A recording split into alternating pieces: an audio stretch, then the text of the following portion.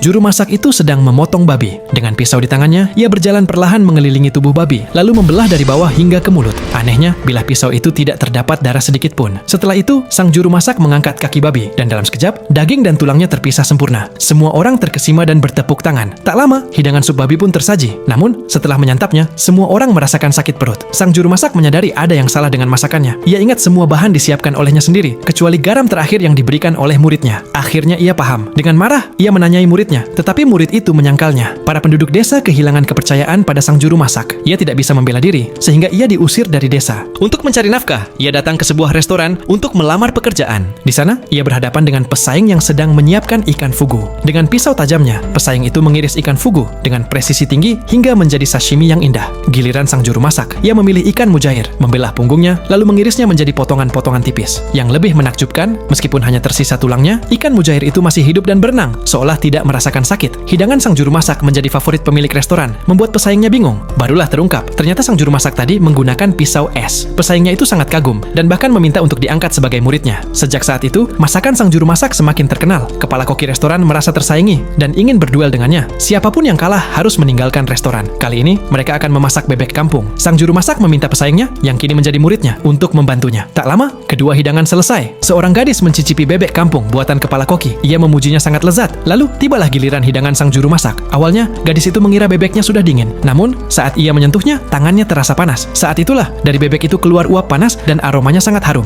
Ternyata, sang juru masak melapisi bebek itu dengan gula cair agar tetap hangat. Gadis itu mencicipi sepotong daging bebek dan terkejut dengan kelezatannya yang luar biasa. Melihat itu, kepala koki ikut mencicipi hidangan sang juru masak. Ia menghela napas pasrah, mengakui kekalahannya. Ia penasaran bagaimana cara sang juru masak memasaknya. Sang juru masak menjelaskan bahwa ia tidak menggunakan pisau sama sekali saat memasak. Sebab, begitu daging bebek tersentuh pisau, seratnya akan rusak dan teksturnya tidak lagi sempurna. Ia hanya menggunakan sebuah palu untuk memecahkan tulang-tulang bebek. Mendengar penjelasannya, kepala koki itu mengundurkan diri dari restoran. Dengan demikian, sang juru masak menjadi kepala koki yang baru. Pertanyaannya, apa makanan favorit kalian?